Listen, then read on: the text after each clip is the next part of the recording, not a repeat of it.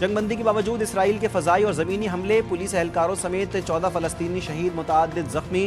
خان یونس کے علاقے مواسی میں پولیس کی ایک گاڑی کو فضائی حملے میں نشانہ بنانے کی اطلاع۔ اس حملے میں 8 فلسطینی شہید اور متعدد زخمی ہوئے۔ شیخ رضوان پولیس اسٹیشن کے قریب اسرائیل کے طیاروں نے پولیس کے ایک دستے کو نشانہ بنایا، جس کے نتیجے میں 2 اہلکار شہید ہوئے۔ کمان عدوان اسپتال کے قریب 2 مکانوں پر گولہ باری سے 2 بہن بھائی سمیت 4 فلسطینی شہید ہوئے۔ بیت لاہیہ میں فائرنگ سے کئی فلسطینی زخمی ہوئے۔ یروشلم میں اسرائیلیوں کا امریکی سفیر مائک ہکابی کے مکان کے باہر جنگ کے خلاف مظاہرہ۔ مظاہرین کا ٹرمپ سے نتنیاہو کی حمایت ختم کرنے کا مطالبہ۔ پلیکارڈز اور سائن بورڈز پر ٹرمپ کے لیے پیغام لکھا تھا کہ دوبارہ بے وقوف نہ بنے، نتنیاہو نے آپ کو غزہ اور ایران پر بے وقوف بنایا ہے۔ ہیلو، السلام علیکم ابو، کیسے ہیں آپ؟ ابو ہم لوگوں کو جو ہے نا اپنا یہ پارلیس لٹیرے جو ہوتے ہیں نا، انہوں نے پکڑ لیا ہے، اور یہ میری آخری خواہش ہے۔ اب کیا پتہ اب میں آپ سے بات نہ کر پاؤں، کیونکہ یہ مارنے کے لیے لے کے جا رہے ہیں۔ مجھ سے جو بھی غلطی ہوئی مجھے معاف کر دیے گا، مجھے معاف کر دیے گا، اور میرے لیے دعا کریے گا، صحیح ہے؟ خدا حافظ۔ عائشہ اور بچوں کو نا، عائشہ اور بچوں کا خیال رکھیے گا، ان کو پڑھا لیجیے گا، اچھا کر لیجیے گا، اور آپ دل مضبوط کر لیجیے گا، کوئی مسئلہ نہیں ہے۔ کیا بولوں؟ صومالیہ کے قریب بحری قزاقوں کا آئل ٹینکر پر حملہ، جہاز ہائی جیک۔ جہاز پر 10 پاکستانی سمیت مختلف ممالک کا عملہ سوار۔ 10 یرغمالی پاکستانیوں کا تعلق کراچی سے ہے۔ جی ٹی وی نیوز کو یرغمالی امین بن شمس کی دل دہلا دینے والی فون کال موصول۔ امین نے اپنے اہل خانہ سے موبائل فون پر گفتگو کرتے ہوئے کہا کہ انہیں بحری قزاقوں نے پکڑ لیا ہے۔ بھرائی ہوئی آواز میں کہا کہ کیا پتہ اب آپ لوگوں سے بات نہ کر پاؤں، مجھ سے جو غلطی ہوئی معاف کیجیے گا، بیوی اور بچوں کا خیال رکھیے گا۔ امین کی اہلیہ نے دہائی دی کہ حکومت پاکستان اس کے شوہر کو بازیاب کروائے۔ شہباز سرکار کی مہنگائی کے مارے عوام پر ایک اور پیٹرول بم کی تیاری۔ IMF سے رعایت نہ ملی تو اگلے جمعے کو 50-55 روپے لیوی پیٹرول یا ڈیزل پر لگانے کا فیصلہ کرنا ہوگا۔ وزیر پیٹرولیم علی پرویز ملک نے اپنے ایک بیان میں خطرے کی گھنٹی بجاتے ہوئے کہا، IMF سے مستقل بات چیت جاری ہے، رعایت مل جاتی ہے تو لیوی میں اضافہ نہیں کریں گے، رعایت نہ ملی تو اگلے جمعے کو 50-55 روپے لیوی پیٹرول یا ڈیزل پر لگانے کا فیصلہ کرنا ہوگا۔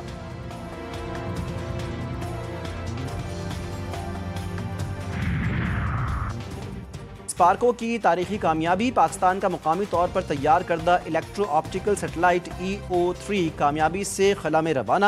سیٹلائٹ چین کے تائیوان سیٹلائٹ لانچ سینٹر سے روانہ ہوا۔ ISPR کے مطابق یہ لانچ پاکستان کی خود انحصاری اور تکنیکی مہارت کے سفر میں ایک اہم سنگ میل ہے۔ اس کے ذریعے حاصل ہونے والا ڈیٹا شہری منصوبہ بندی، آفات سے نمٹنے، غذائی تحفظ اور ماحولیاتی تحفظ کے شعبوں میں معاون ثابت ہوگا۔ لاہور کے علاقے اچھرا میں ماں کے ہاتھوں بچوں کا قتل کیس کی تفتیش CCD کے سپرد۔ ملزمہ کے دل دہلا دینے والے انکشافات، بتایا کہ پہلے سوئی ہوئی چھوٹی بیٹی، پھر بیٹے اور اس کے بعد بڑی بیٹی کو قتل کیا۔ بھاگنا چاہتی تھی مگر شوہر کا فون آ گیا، چھری کو کچن میں دھو کر فلیٹ کو تالا لگا کر خاوند کے پاس چلی گئی۔ واپسی پر شوہر نے فلیٹ کھولا تو خود بھی انجان بن گئی تھی۔ ملزمہ کے دوست شہریار کو جھنگ سے گرفتار کر لیا گیا۔ جوڈیشل مجسٹریٹ نے گزشتہ سماعت کا تحریری حکم نامہ جاری کر دیا۔ ملزمہ کا 5 روزہ ریمانڈ تفتیش کے لیے منظور۔ تفتیشی افسر ملزمہ سے خاتون افسر کی موجودگی میں تفتیش کریں گے۔ 29 اپریل کو رپورٹ پیش کی جائے گی، عدالت کا حکم۔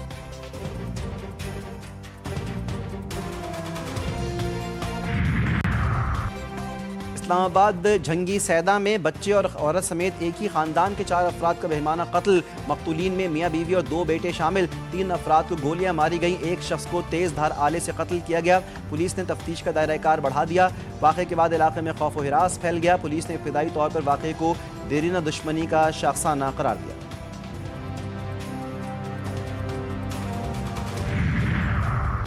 محکمہ صحت اور مقامی انتظامیہ کی غفلت، سندھ میں ملیریا بے قابو۔ محکمہ صحت کے اعداد و شمار کے مطابق 4 ماہ میں ملیریا کے 26,000 سے زائد کیس رپورٹ ہوئے۔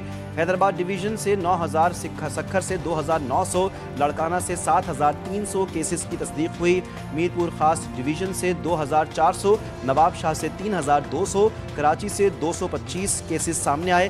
طبی ماہرین کے مطابق شہر میں مچھروں کی بہتات کے باوجود مقامی انتظامیہ مچھر مار اسپرے نہیں کرتی، جس کی وجہ سے ملیریا کے کیسز میں اضافہ ہوا ہے۔ نیشنل گریڈ سے غیر منسلک سولر صارفین کو کسی لائسنس کی ضرورت نہیں، نیپرا حکام کی وضاحت۔ ایک بیان میں کہا نہ ہی ایسی کوئی تجویز زیر غور ہے۔ آف گریڈ سولر صارفین پر نیپرا ریگولیشنز اپلائی نہیں ہو سکتی۔ نیپرا ریگولیشنز کا اطلاق صرف نیشنل گریڈ سے منسلک صارفین پر ہو سکتا ہے۔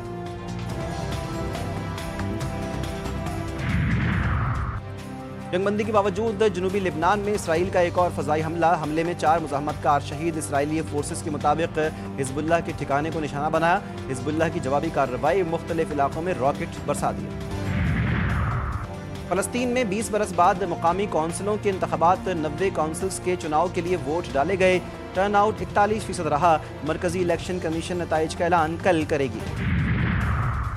یوکرین پر روس کے رات بھر فضائی حملے، بڑے پیمانے پر تباہی، 7 افراد ہلاک، متعدد زخمی۔ امدادی ٹیمیں ملبے تلے دبے، ممکنہ زندہ افراد کی تلاش میں مصروف، ہلاکتوں میں اضافے کا خدشہ۔ وزیراعظم کا بڑا فیصلہ، کرکٹ شائقین کے لیے بڑی خوشخبری، PSL 11 کے فائنل میں تماشائیوں کو اسٹیڈیم آنے کی اجازت مل گئی۔ چیئرمین PCB محسن نقوی نے وزیراعظم کا شکریہ ادا کرتے ہوئے کہا کہ فرنچائز مالکان کی درخواست پر فائنل میں تماشائیوں کو اجازت ملی۔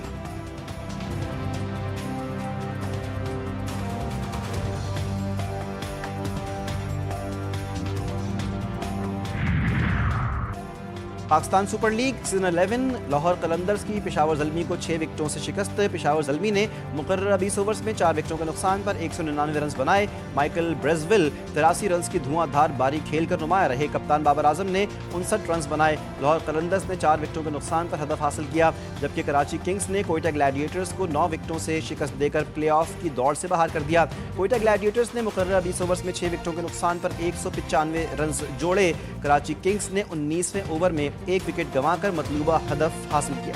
اور آتش و آہن کی برسات، مصائب و آلام کا ہجوم، تباہی و بربادی سے بڑا غزہ کے باسیوں کا جذبہ۔ جنگ زدہ غزہ میں 300 جوڑوں کے نکاح کی اجتماعی تقریب۔